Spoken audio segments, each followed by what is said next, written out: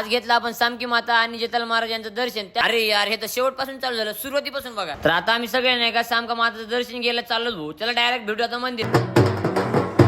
तेवढी गर्दी होती ना, जवळ जाऊन लांबून दर्शन घेऊन बाजूला सरकले भाऊ. मला आज माहित झाले रुद्राक्ष नाही का झाडावर लागते भाऊ. आता इथले सगळे जुने मंदिर पाडून नवीन मंदिर बांधलेत. काही का होईना पण काहीतरी चांगलं काम करायला भाऊ. का इथं मंदिर साईडला नाही का ते चिक्या सिंगडी काहीतरी म्हणतात ना, जे आमच्यात घालतात ते भेटते भाऊ सगळे. इथं दर्शन वगैरे घेऊन बाहेर आलो आणि इथं नाही का बिना कामाचे 20 रुपये घातले भाऊ आम्ही तिघा भावांनी पण. घरचे सगळे दर्शन घेऊन वापस पण गेले आणि आम्ही तिघं नाही का बिना कामाची यात्रेत हिंडत होतो. आता नाही का आपल्याला जायचं जेतालाल महाराजांचं दर्शन घ्या. इथं नाही का थोडं सिनेमॅटिक शूट केलं, ते पण बघून घ्या.